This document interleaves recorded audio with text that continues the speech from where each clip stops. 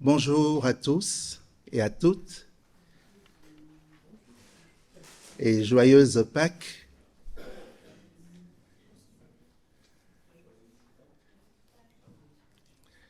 Jésus est ressuscité.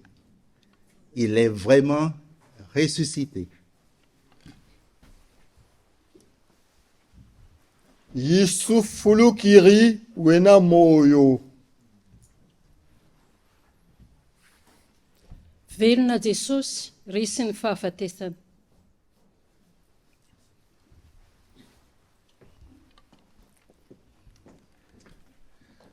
Vous venez d'entendre en dehors du français la résurrection de Jésus en Kikongo, il vient du Congo, et en malgache. Cela nous place au cœur de l'événement que nous fêtons aujourd'hui, Pâques. Cette diversité dans l'expression est la preuve que l'une des volontés de Jésus s'est réalisée.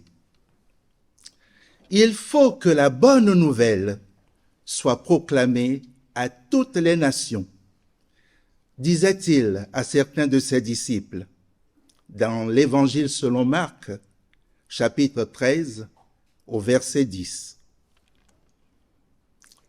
C'est ainsi qu'en ce jour où nous fêtons sa résurrection, l'événement est célébré un peu partout dans le monde.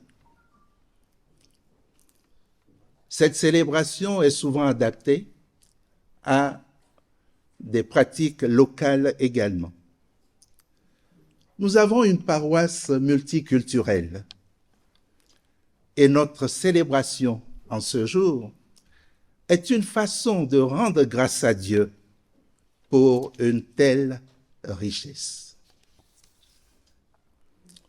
C'est lui qui nous a invités, chers frères et sœurs. Il se réjouit de vous accueillir. Recevez sa grâce et sa paix. Prions.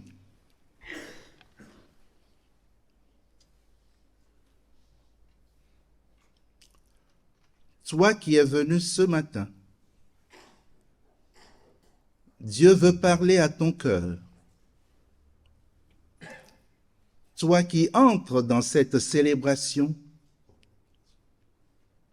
franchis avec celui qui te conduit la porte d'espérance. Te voici invité à répondre par ton écoute, par ta prière et par tes chants à l'amour de Dieu qui te presse. Ouvre-lui ton cœur. Amen. Nous chantons le cantique 41-28. À Dieu soit la gloire.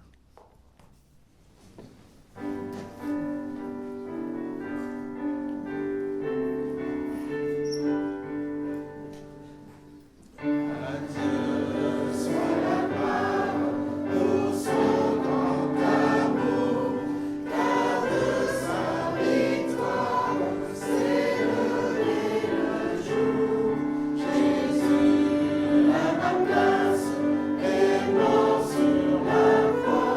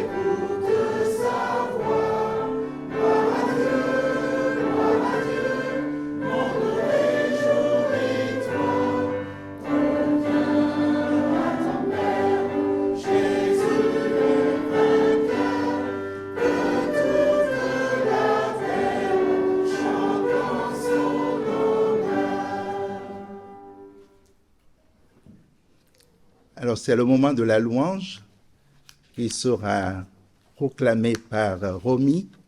Et après la louange, nous allons écouter un cantique, le 41-10, mais de façon particulière. Le premier couplet sera présenté de façon alternée en kikongo et en allemand, et nous reprenons ensemble les deuxième et troisième couplets. Voilà. Oui, Pâques, c'est la fête de la vie. Jésus a vaincu la mort, il a ouvert les portes infinies. Mais aujourd'hui, je veux vous parler d'autre chose, de la richesse des cultures qui fait vibrer nos proses. De tous les coins du monde, de toutes les nations, nous apportons nos couleurs, nos vibrations. Dans cette église, dans ce monde, dans cette génération, c'est le mélange qui crée la plus belle des nations. Alors lève ta voix, fais briller ta culture. Dans ce patchwork d'âme, c'est ça qui nous nourrit. Brise les frontières, unis-toi sans censure, dans le rythme de l'amour, dans la force de la nature. Jésus n'est pas ressuscité pour une seule ethnie, mais pour tous dans notre diversité infinie. Alors célébrons nos différences, nos origines, et dans chaque nuance, découvrons la divine. Dans cette église, il y a de la place pour chacun, que tu viennes de la ville ou du fin fond des terrains. Mélangeons nos voix, que notre diversité soit un festin, car dans l'unité, c'est là que nous atteignons notre dessein. Alors lève ta voix, fais briller ta culture. Dans ce patchwork d'âme, c'est ça qui nous nourrit. Brise les frontières, unis-toi sans censure, dans le rythme de l'amour, dans la force de la nature. Peu importe d'où tu viens, peu importe ta race, nous sommes tous partis du plan divin dans cet espace. Alors embrassons nos différences dans cette grâce et ensemble nous élevons dans cette étreinte de grâce. Alors rappons, chantons haut et fort dans cette célébration de Pâques, mon trésor. Car dans notre diversité, nous rayonnons avec force, une seule église, une seule famille, l'amour en remorque. Prions.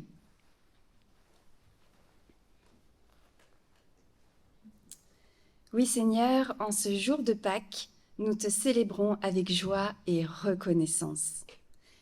Ta résurrection nous rappelle que ton amour et ta lumière brillent pour tous, peu importe d'où nous venons ou quelle langue nous parlons. Nous te remercions pour la richesse de nos différentes cultures qui se retrouvent dans ton Église et dans le monde entier. Comme tu as surmonté la mort, tu as aussi surmonté les divisions entre les peuples. Aide-nous à voir la beauté dans la diversité de nos traditions, langues et coutumes. Que nos différences soient des sources de joie et d'enrichissement mutuel plutôt que des raisons de division.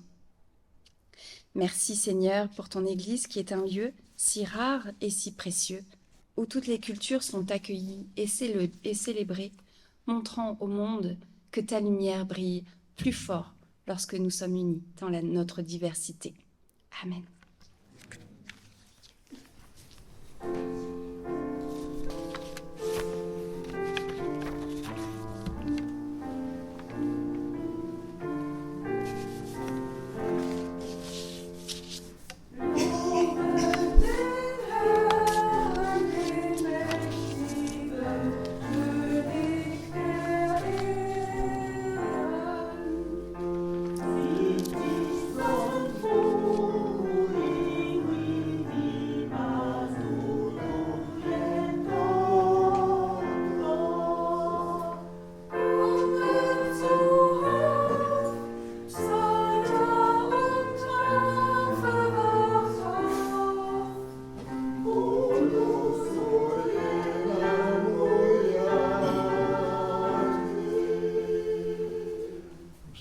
On se lève pour chanter tous.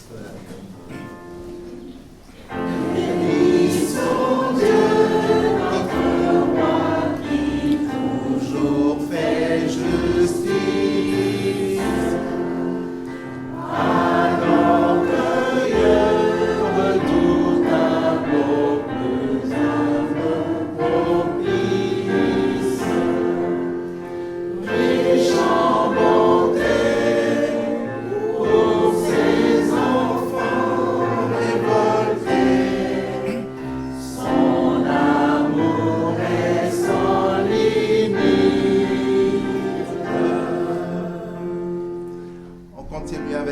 deuxième, toute langue confondue, si vous voulez, ce que vous voulez chanter. Voilà. Notre roi, c'est louange. Paris demeure à jamais, que ça nous change. Les peuples entendent, après son blé que chante. Unis au cœur de ses anges. Amen. Je vous en prie. Que c'est beau lorsque nous nous unissons nos voix et pour chanter comme des anges. Que c'est beau.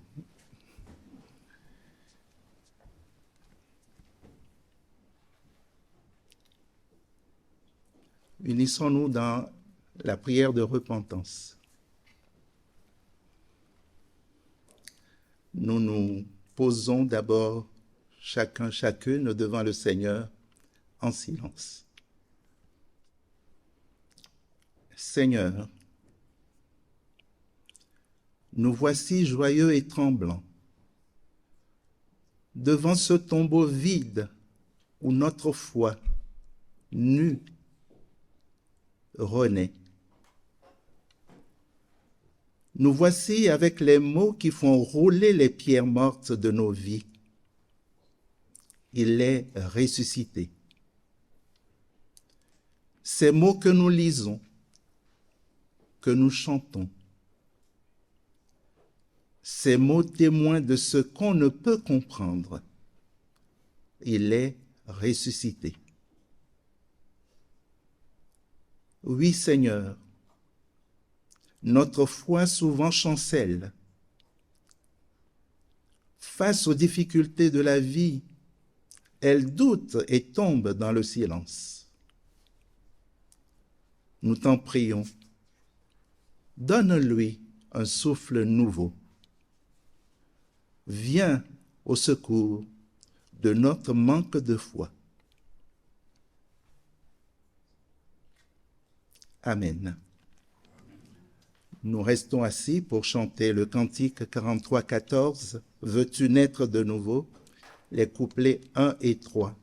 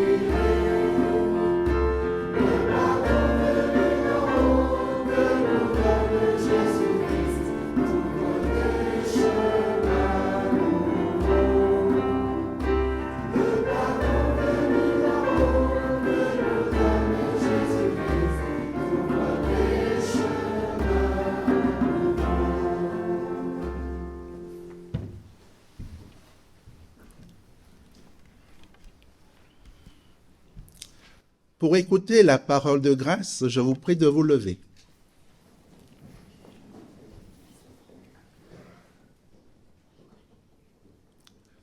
L'apôtre Paul écrit dans sa lettre aux Romains, « Si avec ta bouche tu reconnais en Jésus le Seigneur, et si avec ton cœur tu crois que Dieu l'a réveillé d'entre les morts, tu seras sauvé. Par sa parole, Dieu se fait proche. Cette parole suscite la foi. Elle nous relève et nous donne accès au salut à venir. Rendons grâce à Dieu pour nos vies et rendons grâce à Dieu, le Seigneur du monde. Amen. Nous chantons le cantique 45-24, la grâce et joie.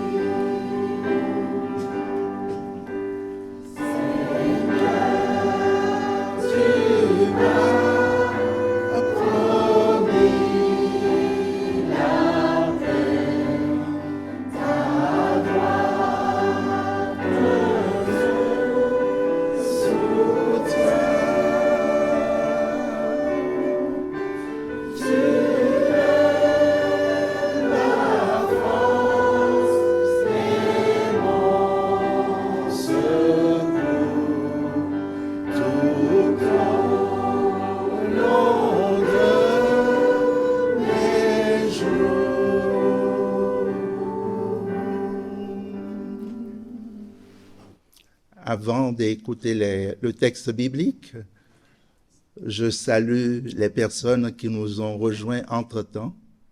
C'est le Seigneur lui-même qui vous a invités et c'est lui qui vous accueille.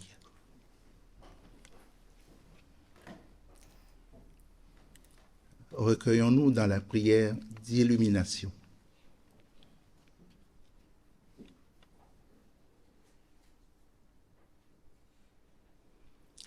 Père,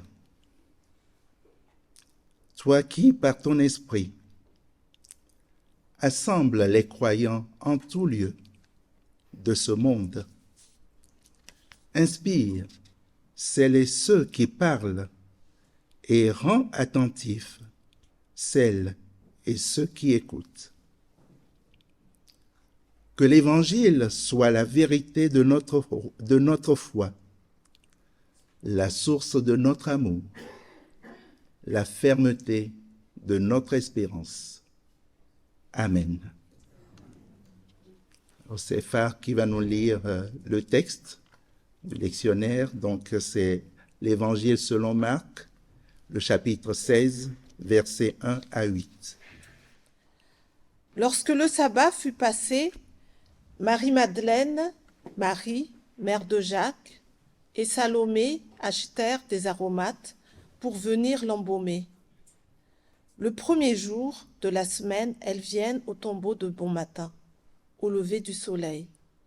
Elles disaient entre elles, « Qui roulera pour nous la pierre de l'entrée du tombeau ?»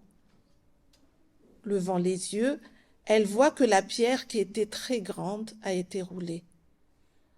En entrant dans le tombeau, elles virent un jeune homme assis à droite, vêtu d'une robe blanche.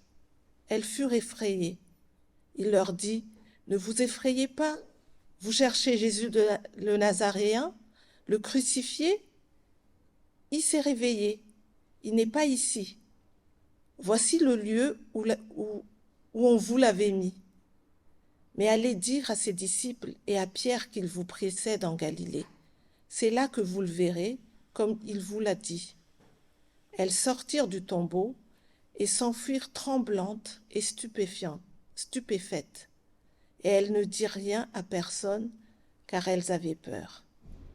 Seigneur, ta parole est la vérité. Sanctifie-nous par cette vérité. Amen. Merci, Phare.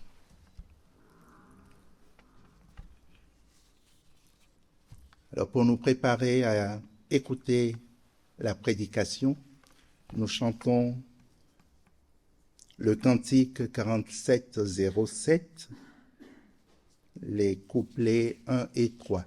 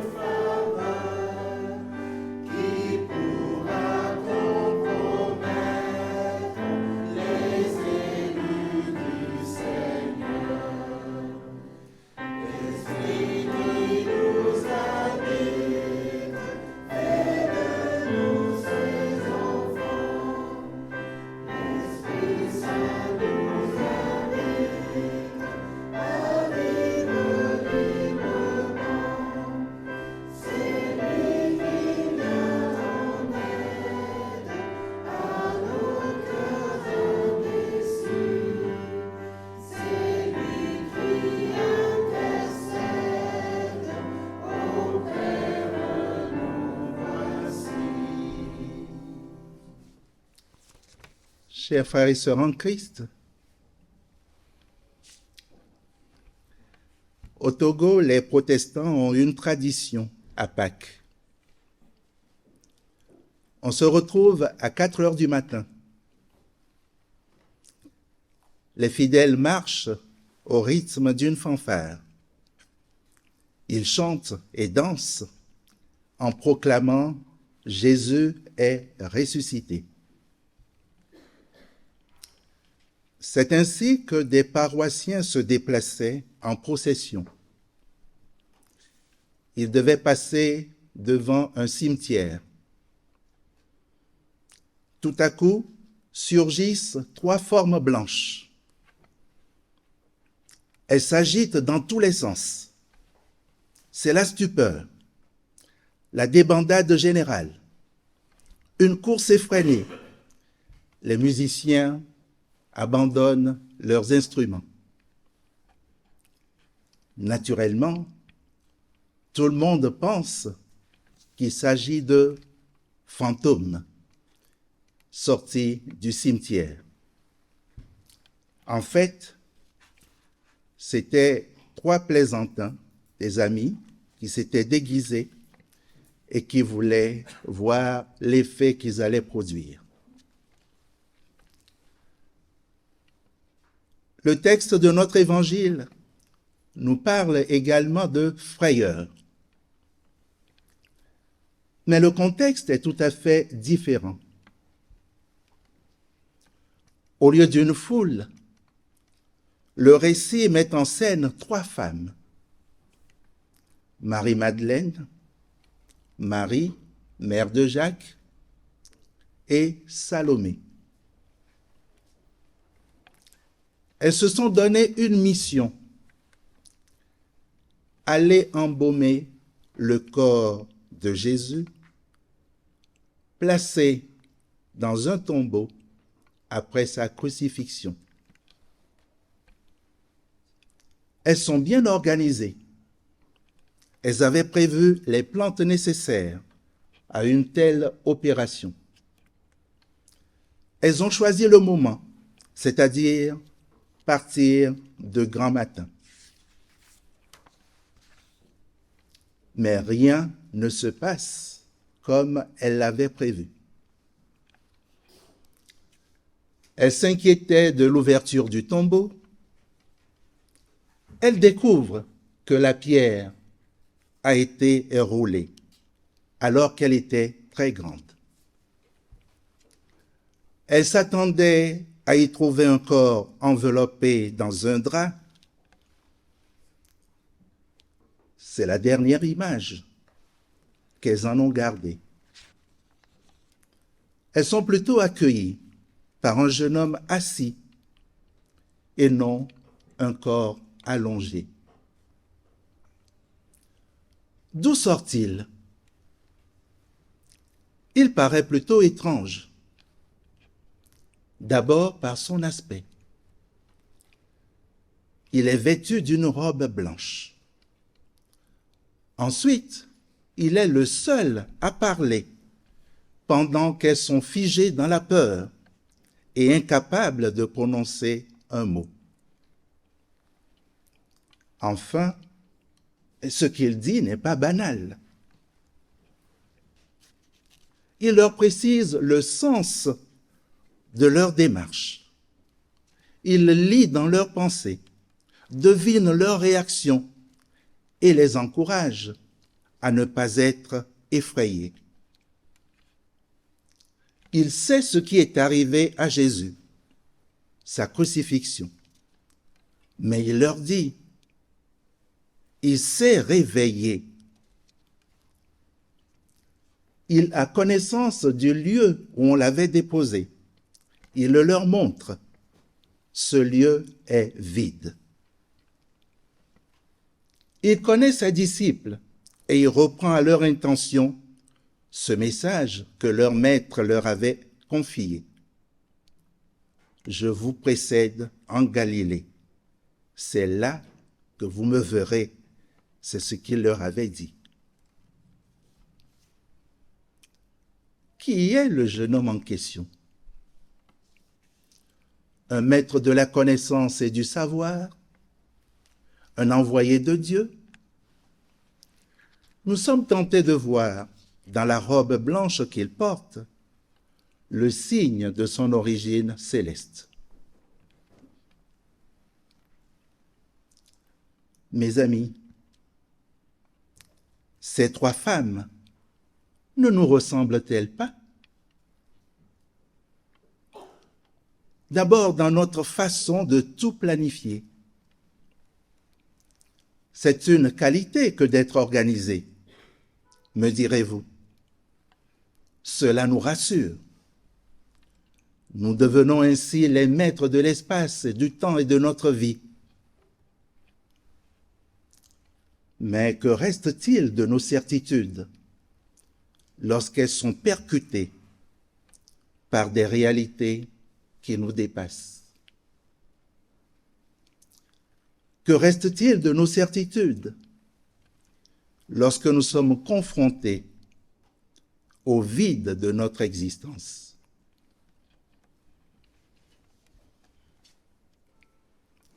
Elle nous ressemble ensuite dans la façon dont elle se projette sur la difficulté à affronter. Qui roulera pour nous la pierre de l'entrée du tombeau? Se demandait-elle. Le mot « qui » indéterminée, traduit d'abord leur inquiétude. La pierre est l'obstacle qui pouvait compromettre leur démarche.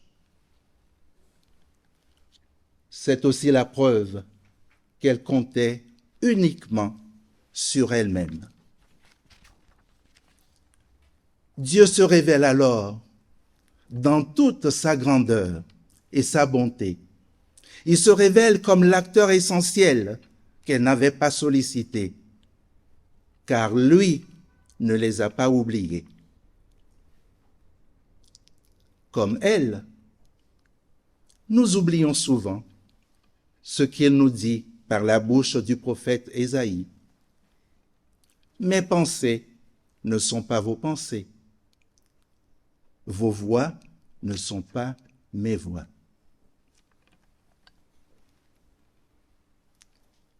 C'est pourquoi il les a précédés et leur a même accordé au-delà de toute espérance. À la place d'un corps à embaumer, le jeune homme leur annonce un vivant. Qu'avait-elle d'autre à faire? Oui, chers amis, Dieu nous attend là où nous ne le soupçonnons pas. Ce que les trois femmes voient et entendent dépasse toute compréhension humaine. Que faire face à cet inattendu? Que faire face à cette déconstruction totale de leur projet et de sa réalisation? Une parole humaine est-elle encore possible? Elle passe par la frayeur, la panique qui conduit à la fuite.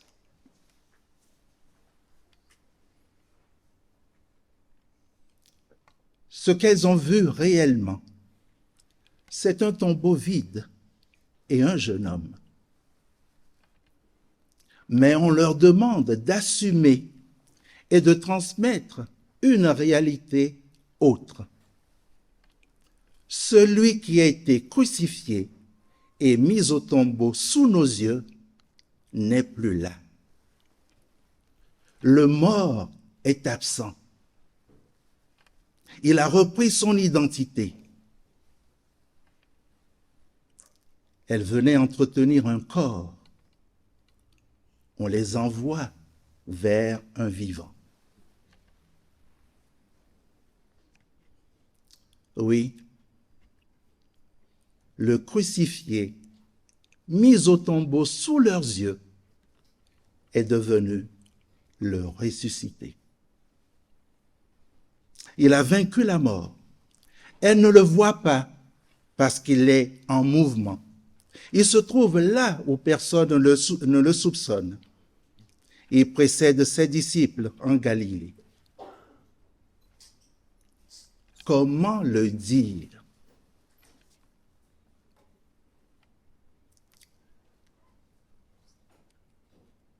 Saisis par la peur et le trouble, elles ne dirent rien à personne. Leur silence s'explique-t-il par la peur du ridicule, par le manque de courage? Ce sont pourtant des femmes particulières dans leur relation avec Jésus. L'Évangile selon Luc au chapitre 8, versets 1 à 3, nous enseigne que Marie-Madeleine a été guérie par Jésus. Il l'a libérée de 7 démons. Elle s'est ainsi mise à le suivre et est devenue l'un de ses disciples.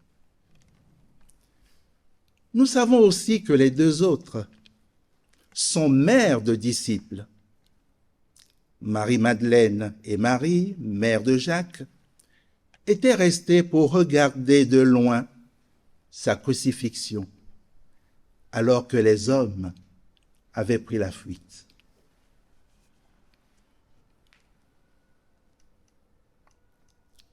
Chers amis, est-il possible de dire l'inouï, c'est-à-dire ce que l'on n'a jamais entendu?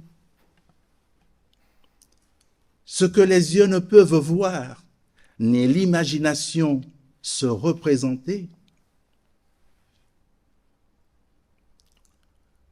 L'essentiel, bien souvent, n'est-il pas dans le silence?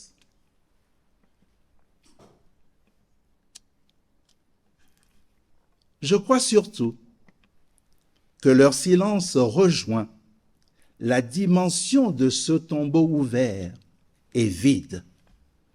Oui, aujourd'hui encore, il est là, ouvert et vide devant toi, ma sœur, devant toi, mon frère, comme la voie par laquelle chacun peut descendre au plus profond de lui-même. Il est ouvert devant nous pour que chacun de nous le remplisse de sa parole de foi. Si Jésus s'est relevé de la mort, il a le pouvoir de transformer notre vie. Es-tu traversé par le doute? Que tu puisses dire: Seigneur, je crois, viens en aide à mon manque de foi. Suis-je désespéré face à des difficultés dans ma vie de couple, dans mes relations avec mes enfants, ou encore dans ma vie professionnelle? Que je puisse proclamer: j'ai l'assurance, Seigneur, que ta gloire vient dissiper mes tourments. Une démarche collective aussi. Priez pour que dans l'Église, nos différences nous édifient au lieu de nous diviser.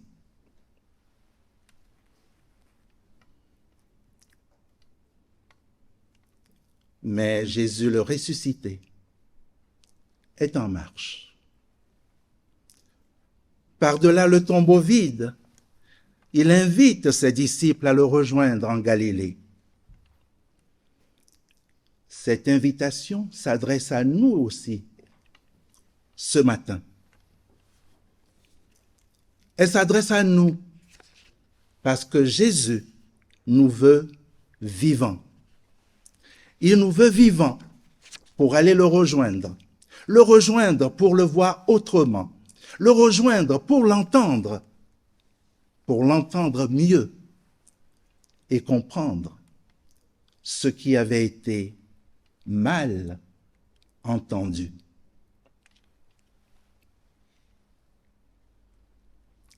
Par-delà le tombeau vide, il nous exhorte aussi à parler pour témoigner de sa présence dans notre vie. Témoigner non d'une abstraction, mais de la façon dont nous expérimentons cette présence au quotidien, dans nos échecs et dans nos réussites.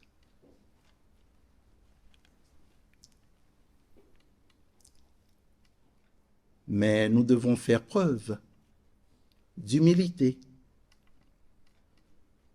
Oui, nous ne pouvons pas comprendre Dieu. Comprendre, c'est-à-dire vouloir le prendre, le saisir, l'accaparer pour nous. En effet, il se désigne lui-même comme esprit et il nous échappera constamment. C'est ce que nous enseigne Jésus par sa vie. Cherche-t-on à le faire roi? Il se montre plutôt serviteur. Veut-on le voir fort? Il se montre faible. L'appelle-t-on vainqueur? Il accepte de perdre sa vie. Le voyons-nous mort? Il est plutôt vivant.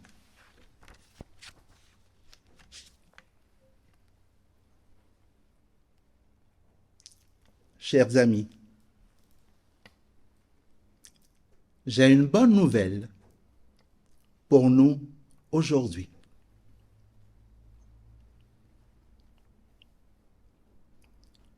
Jésus est le grain de blé semé qui meurt pour donner naissance à une pousse porteuse de fruits. Si nous nous tournons vers lui par la foi, nous sommes une nouvelle création. Notre existence prend dès lors un nouvel essor. Jésus est dans une dynamique, la foi en marche. Lorsqu'il semble absent, sachons qu'il n'est pas loin. Offrons-lui notre fragilité. Jésus est ressuscité? Oui, il est véritablement le Fils de Dieu. Et il nous relève par sa grâce. Amen. Pour accompagner la parole, nous chantons le cantique 47-19. Tu es là au cœur de nos vies.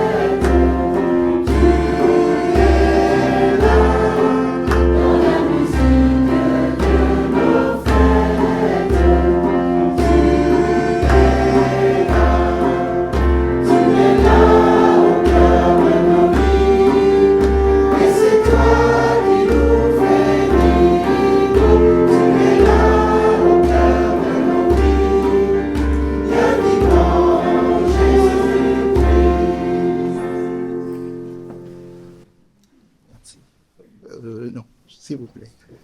Non, ça ne sera pas, excusez-moi. Ça va être la confession de foi que nous allons proclamer ensemble, qui va être projetée. Voilà. Nous croyons en Dieu, le Père qui a créé le monde entier, qui réunira toutes choses et qui veut que tous les hommes vivent ensemble comme des frères en une même famille. Nous croyons en Dieu, le Fils qui s'est fait homme, qui est mort et qui est ressuscité, réconciliant le monde entier avec Dieu, renversant tous les murs qui séparent les hommes, toutes les barrières de religion, de classe, de race et de culture, afin de créer une humanité unie. Il est l'unique Seigneur qui a autorité sur tout. Il appelle chaque homme et la société, l'Église et l'État, à la réconciliation, à l'unité, à la justice et à la liberté. Il est la promesse du royaume de Dieu qui vient, qui nous donne le pouvoir d'annoncer le jugement de Dieu et son pardon pour les hommes et les nations, d'aimer et de servir tous les hommes, de lutter pour la justice et la paix, et d'appeler le monde entier à connaître ici et maintenant le règne de Dieu. Amen.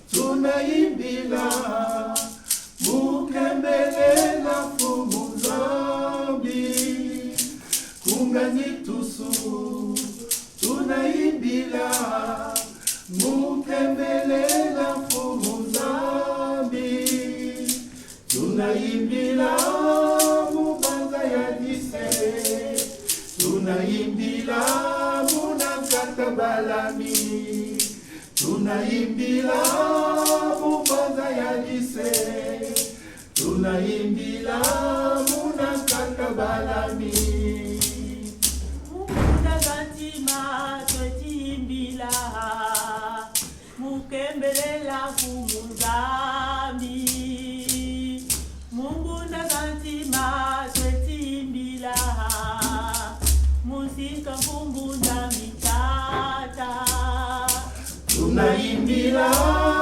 mubanga ya lise tunaimbila munakata balami tunaimbila mubanga ya lise tunaimbila munakata balami tunaimbila mubanga ya lise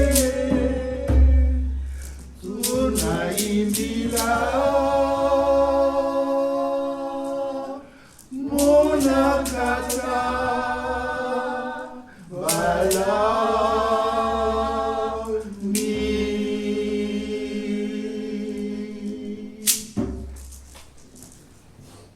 Alors, est-ce que les enfants de l'école publique sont là? Oh, super. Est-ce qu'ici, il y a des enfants qui sont ou à la maternelle ou en primaire? Qui lèvent le bras? Waouh, d'accord. Alors, écoutez bien, parce que il faut que vous sachiez que le jour des pains sans levain, les disciples vinrent à Jésus. Et ils disent, où veux-tu que nous préparions la Pâque?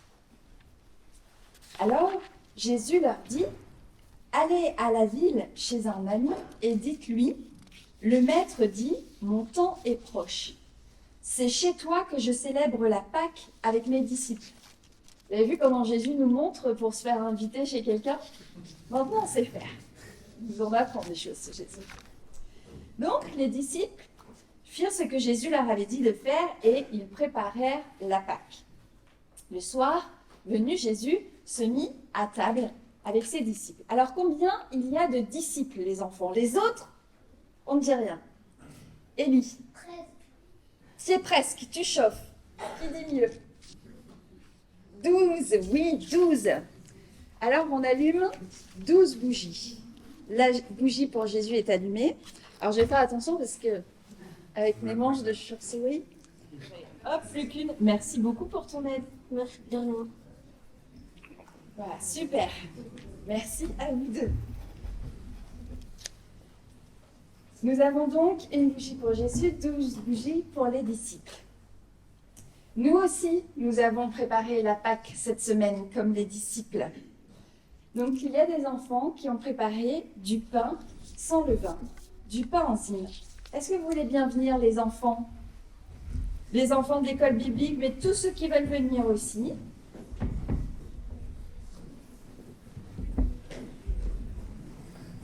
Oui, super. Alors ça, c'est du pain sans levain. C'est pour ça qu'il n'a pas gonflé, qu'il ne s'est pas levé. À la maison, on a préparé aussi. Ah, c'est super. Est-ce que vous voulez bien venir comme ça autour de la table, comme ça tout le monde voit bien. Vous voyez, comme ça, à mes côtés. Vous voulez bien venir à côté de moi? Oui, super. Super, oui. Ah, c'est super, vous avez vu? Je suis bien entourée. Alors aujourd'hui, nous ouvrons notre cœur comme on ouvre sa maison pour que Jésus puisse célébrer la Pâque. Dieu a besoin que nous fassions une place dans nos cœurs pour la mémoire de ce qu'il a fait pour nous. Et Dieu a besoin de témoins pour que son amour infini ne soit pas oublié des humains. Alors, ce matin, mes frères et sœurs, faisons une place dans nos cœurs et souvenons-nous de ce que Dieu a fait pour son peuple. Deutéronome chapitre 6, les versets 4 à 9. Tu aimeras l'Éternel ton Dieu de tout ton cœur, de toute ton âme et de toute ta force. Et ces commandements que je te donne aujourd'hui seront dans ton cœur. Tu les inculqueras à tes enfants et tu en parleras quand tu seras dans ta maison, quand tu iras en voyage, quand tu te coucheras et quand tu te lèveras. Tu les liras comme un signe sur tes mains et ils seront comme des frontons entre tes yeux. Tu les écriras sur les poteaux de ta maison et sur tes portes. Entrons ensemble, mes amis, dans l'atmosphère de la chambre haute avec Jésus et les disciples. Chaque enfant a une bougie et nous aussi, nous sommes avec eux. Avec les disciples, avec Jésus, allumez ta bougie.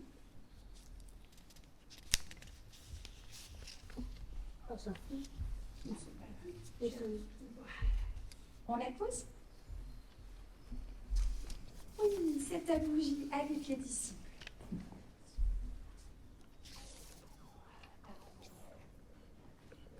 Directement de la flamme de Jésus quand même. Hein?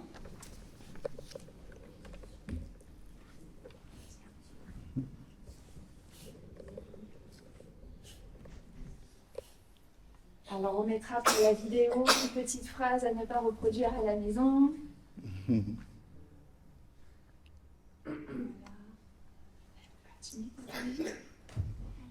Élie, tu viens l'allumer à la mienne? C'est toi qui tords un petit peu ta bougie? Voilà, super. Hop, j'ai peur, je suis poussée au porte-doigt. Voilà, avec les disciples. Oui. Tiens.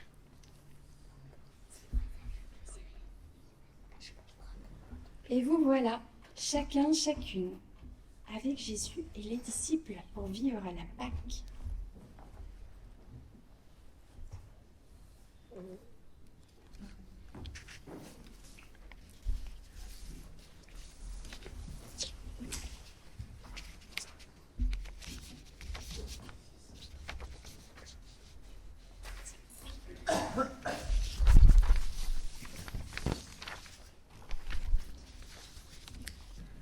Deutéronome 6, 20 à 25. Lorsque ton fils te demandera un jour que signifient ces préceptes, ces lois et ces ordonnances que l'Éternel notre Dieu vous a prescrits, tu diras à ton fils, nous étions esclaves de Pharaon en Égypte, et l'Éternel nous a fait sortir de l'Égypte par sa main puissante. L'Éternel a opéré sous nos yeux des miracles et des prodiges, grands et désastreux, contre l'Égypte, contre Pharaon et contre toute sa maison. Et il nous a fait sortir de là pour nous amener dans le pays qu'il avait juré à nos pères de nous donner. L'Éternel nous a commandé de mettre en pratique toutes ces lois et de craindre l'Éternel, notre Dieu, afin que nous fussions tous toujours heureux et qu'il nous conserve. Nous aurons la justice en partage si nous mettons soigneusement en pratique tous ces commandements devant l'Éternel, notre Dieu, comme il nous l'a ordonné.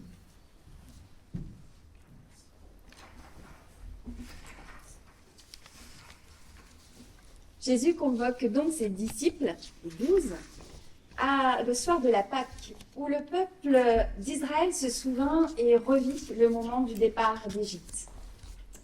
La nuit où Dieu a délivré son peuple de la servitude.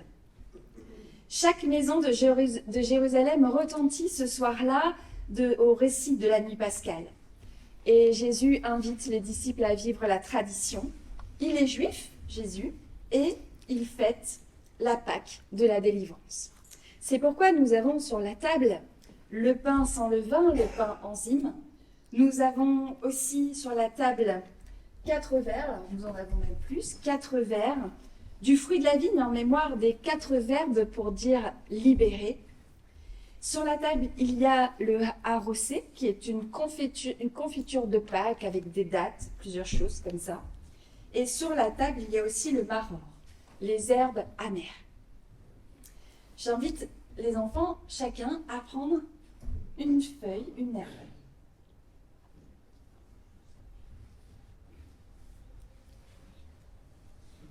C'est bon, tu as choisi la tienne?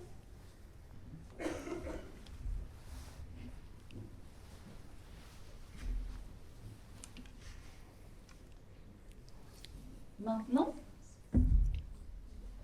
c'est de l'eau vinaigrée. Vous pouvez tremper votre herbe dans l'eau vinaigrée et la goûter. Tu veux le prendre?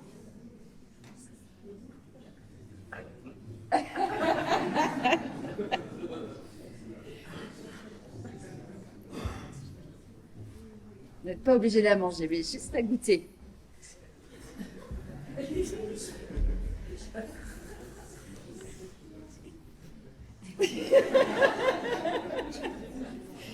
Et oui, ces herbes amères, nous les mangeons parce que les Égyptiens remplissaient d'amertume la vie du peuple en Égypte, du peuple juif.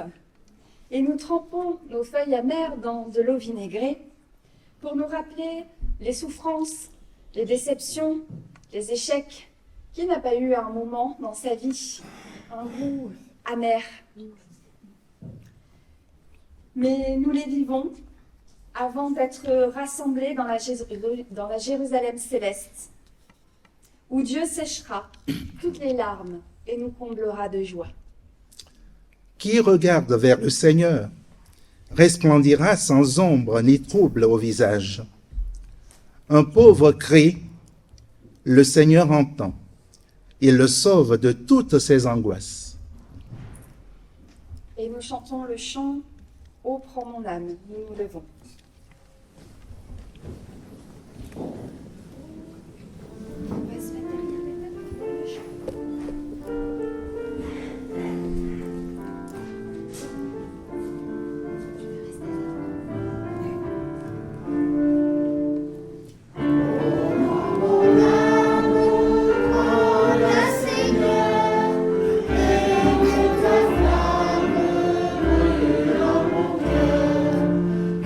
Que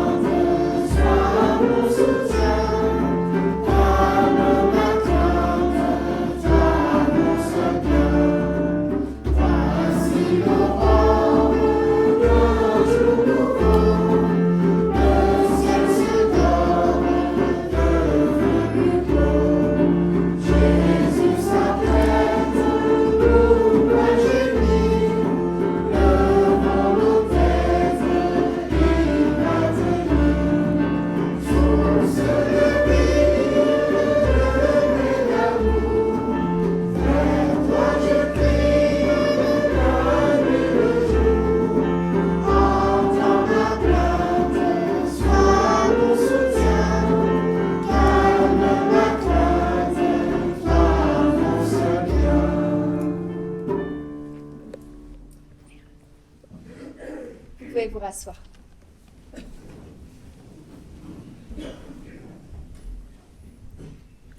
Notre vie, comme celle du peuple d'Israël, n'est pas seulement un tissu de misère. Elle est aussi joie. Pour les exprimer, nous mangerons aussi un morceau de pain, enzyme, trempé dans le miel et nous rendrons grâce.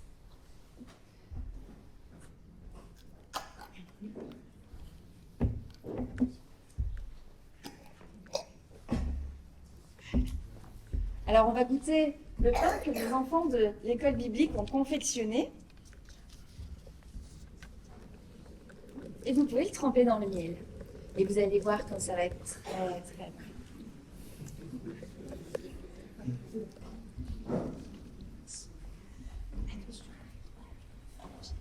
Tiens, je vais te donner du miel.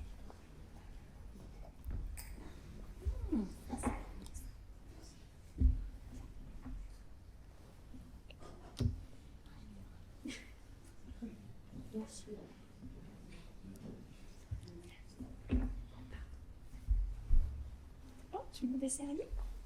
C'est le joli pain que les enfants de l'école biblique ont préparé. Ce pain enzyme, nous le mangeons donc pour nous rappeler que la pâte du pain de nos ancêtres n'avait pas eu le temps de se lever, que déjà Dieu venait délivrer son peuple. Et à travers tous les siècles, chacun doit se regarder comme étant lui-même sorti d'Égypte. Ce ne sont pas seulement les anciens que le Seigneur a délivrés, mais nous aussi, il nous délivre avec eux. C'est pour cela que nous devons le remercier, le louer, le glorifier, le bénir et l'honorer. Lui qui, pour nos ancêtres et pour nous-mêmes, a opéré tous ces miracles. Il nous a menés de la servitude à la liberté, de l'affliction à l'allégresse, des jours de deuil aux jours de fête, des ténèbres à une lumière éclatante. Ah, les joies de la vie, ça a du succès, hein. Toutes les douceurs. Ah oui, tu as mis les doigts. Tiens, j'ai encore du pain, chouchou. Ce sera ton pot, tu peux repartir avec. Donc, ces disciples rassemblés au cœur du repas de commémoration, Jésus va prononcer une parole jamais entendue, un ordre jamais dit. Prenez et mangez, ceci est mon corps.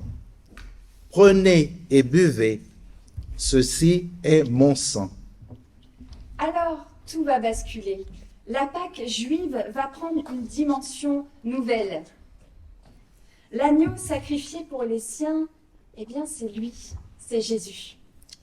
Comme les disciples rassemblés, nous sommes convoqués, nous aussi, depuis l'appel mystérieux du baptême, à entendre et à vivre le repas de la Pâque, devenu celui de la scène. Béni soit la coupe et le pain où ton peuple prend corps. Béni soit la coupe et le pain où ton peuple prend corps. Comment rendrai-je au Seigneur tout le bien qu'il m'a fait? J'élèverai la coupe du salut en invoquant le nom de Dieu. Béni soit la coupe et le pain où ton peuple prend corps. Pendant qu'il mangeait, Jésus prit du pain et après avoir rendu grâce, il le rompit et il le donna à ses disciples en disant, « Prenez, mangez, ceci est mon corps. » Il prit ensuite une coupe et après avoir rendu grâce, il leur donna en disant, « Buvez-en tous, car ceci est mon sang, le sang de l'alliance, qui est répandu pour plusieurs pour la rémission des péchés. Je vous le dis, je ne boirai plus désormais de ce fruit de la vigne, jusqu'au jour où j'en boirai de nouveau, avec vous, dans le royaume de mon Père. » Ce matin, chacun et chacune est invité par le Seigneur à prendre part au repas. Je vous invite à vous lever, nous pouvons former une ronde. Le pain et le vin vous seront distribués. Je vais vous demander d'attendre que chacun soit bien muni de son pain et de son vin pour que nous puissions prendre la communion ensemble. Et si les enfants le souhaitent, vous pouvez rejoindre vos parents. C'est la pensée de Simone Weil qui va nous accompagner dans notre prière. Donc Simone Weil, la philosophe, celle qui est morte en 1943, pas la femme politique que nous connaissons. Je vous invite à la prière. Une plante ne pousse pas de la même manière selon qu'elle est dans la lumière ou dans les ténèbres. Nous sommes comme des plantes qui auraient pour unique choix de s'exposer ou non à la lumière.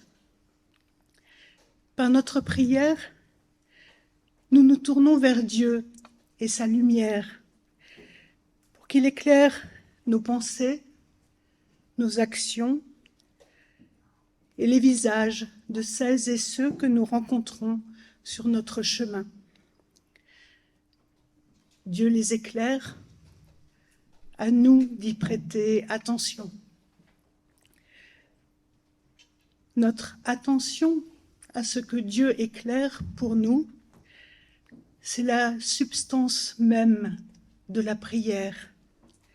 Toute prière est faite d'attention à Dieu et à l'autre. Je lis celle que vous avez souhaité partager ce matin.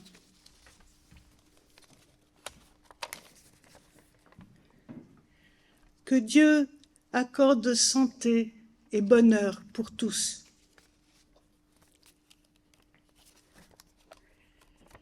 Nous prions pour les familles et pour le monde.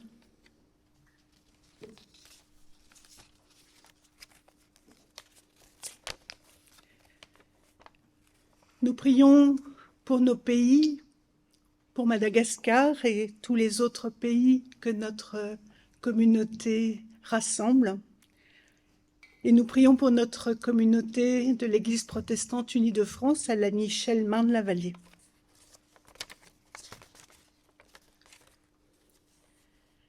Nous prions pour que notre communauté ne cesse de témoigner tous les jours que Christ est vivant.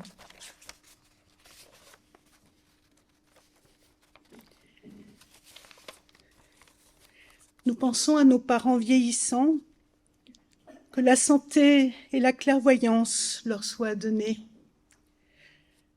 Nous prions pour le peuple, pour tous les peuples sur toute la terre, que paix et amour soient le centre de nos préoccupations.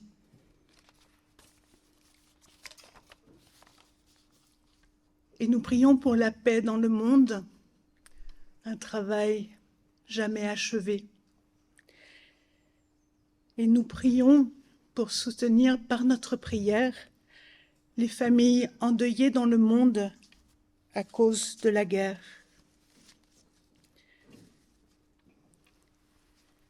Et je vous invite maintenant à prier dans le silence pour toutes celles et ceux que Dieu éclaire dans nos cœurs.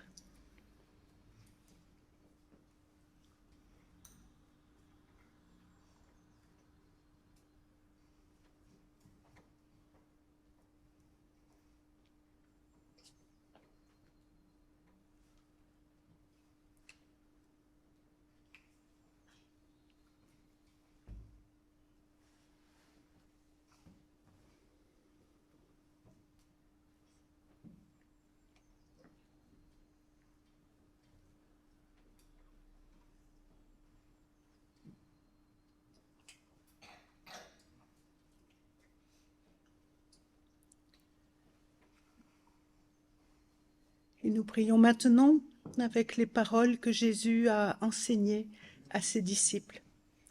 Notre Père qui es aux cieux, que ton nom soit sanctifié, que ton règne vienne, que ta volonté soit faite sur la terre comme au ciel. Donne-nous aujourd'hui notre pain de ce jour.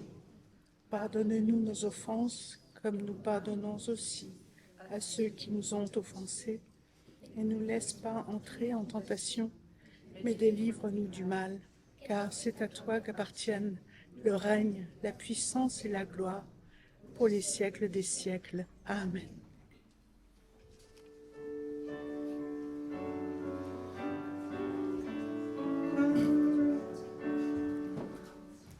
À toi la gloire, ô ressuscité.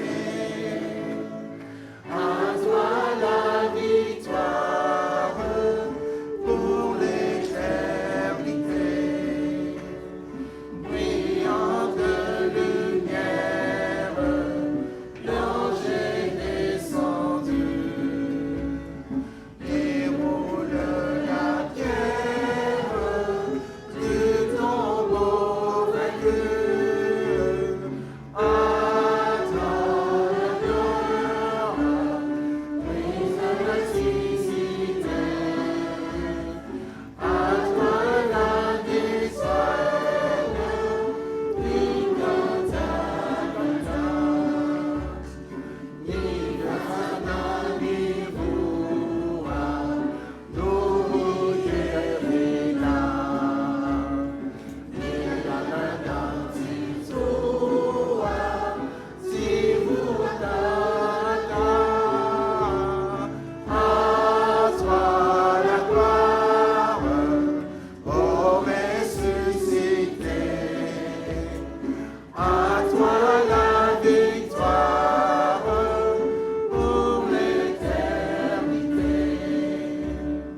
Craindrai-je encore et vis à jamais celui que j'adore, le prince de paix.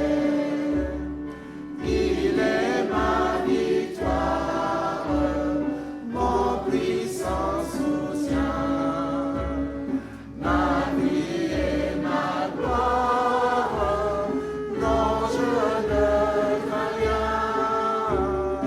À toi la gloire, ô ressuscité.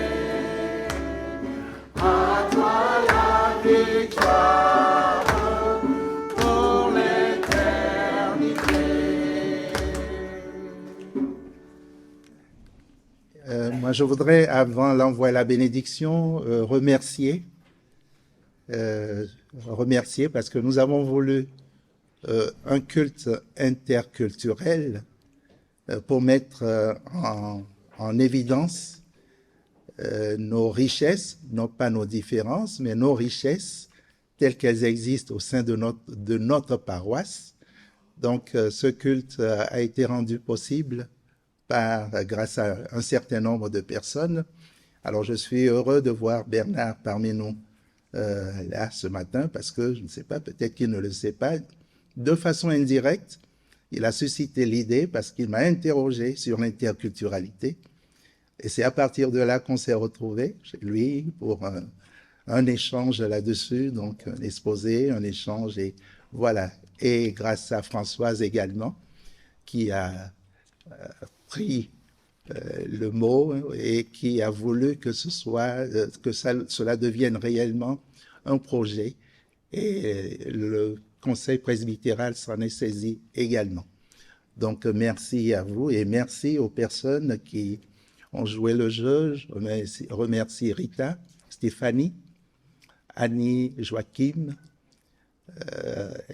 R n'est pas là, donc voilà, mais il y a contribué. Merci à Harry, Mandres, Hans plutôt, Philippe. Merci à vous tous de votre participation, parce que Philippe a filmé tout le culte. Donc voilà. Donc merci à vous tous, merci à Romy également de sa présence, mais de sa contribution très enrichissante. Voilà. Alors, Françoise a préparé pour nous donc quelque chose, vous voyez derrière, pour présenter les différents pays. d'où nous sommes les ressortissants. Et tout à l'heure, après la bénédiction, l'envoi, nous allons nous régaler également. Et vous savez que Jésus aimait beaucoup manger et manger pour discuter. Donc nous allons échanger autour d'un pot. Et voilà, je remercie les mains invisibles qui ont tout préparé. Alors pour la bénédiction, donc il y aura l'envoi, mais la bénédiction, nous allons la faire de façon mutuelle, en chantant le cantique 62-81, que la grâce de Dieu, en français, mais en malgache également. Donc, et nous allons nous bénir mutuellement. Voilà. Alors, joyeuse Pâques à chacune et à chacun, et bon dimanche et excellente semaine. Alors, je vous prie de vous lever pour l'envoi, et après, nous allons nous bénir mutuellement, en chantant.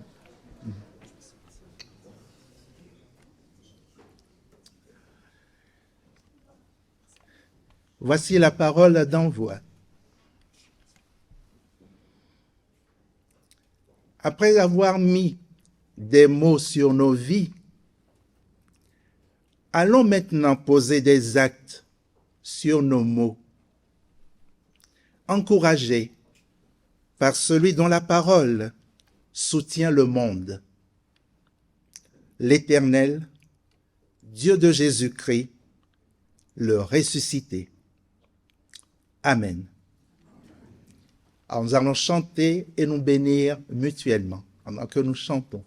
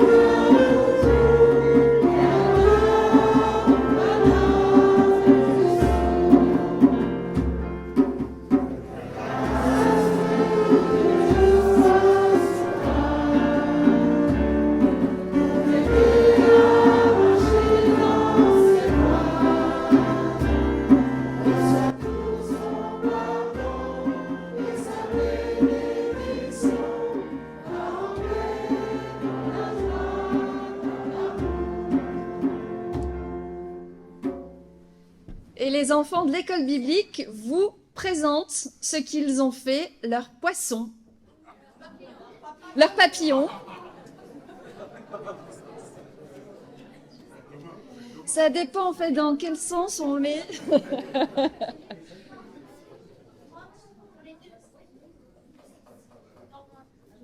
Waouh!